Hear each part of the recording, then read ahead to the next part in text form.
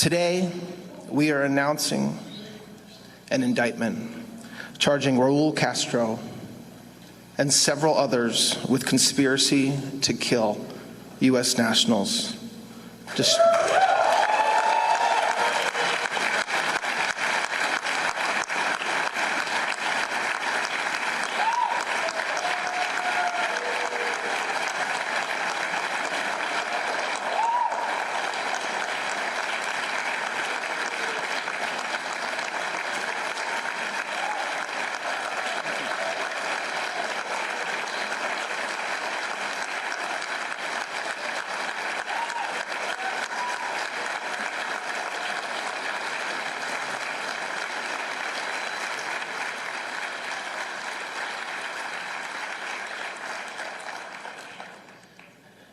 Mr. Castro and the others are charged with additional crimes as well, including destruction of aircraft and 4 individual counts of murder. The indictment was returned by a grand jury sitting in this district in Miami on April 23rd, 2026, and was unsealed today. For nearly 30 years, the families of 4 murdered Americans have waited for justice. On February, this is a story all too familiar.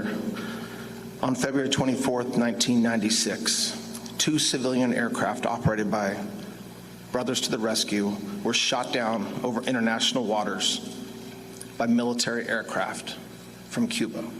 4 men were killed: Carlos Costa, Armando Alejandre Jr., Mario de la Peña, and Pablo Morales. They were unarmed civilians and were flying humanitarian missions for the rescue and protection of people fleeing oppression across the Florida Straits. As alleged in the indictment, Raúl Castro and 5 co-defendants participated in a conspiracy that ended with Cuban military aircraft firing missiles at those civilian planes and killing 4 Americans.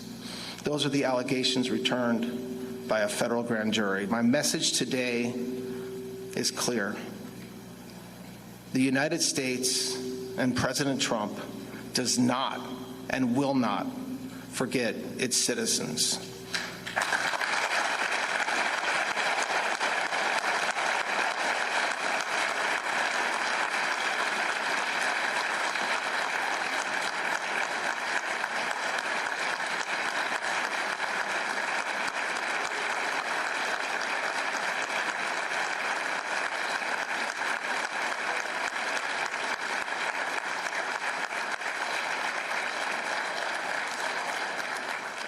I want to say that we also do not forget the families, the loved ones, and the friends who have carried grief and heartache for 30 years.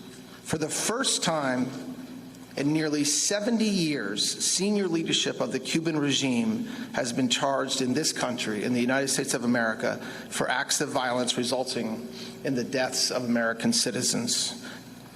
Nations and their leaders cannot be permitted to target Americans, kill them, and not face accountability. President Trump is committed to restoring a very simple but important principle. If you kill Americans, we will pursue you, no matter who you are, no matter what title you hold, and in this case, no matter how much time has passed. I want to thank, and everybody in this room should thank, the FBI, the prosecutors, and the agents who worked on this matter. It includes the intelligence community and our federal and state law enforcement partners. They did the work here, so thank you.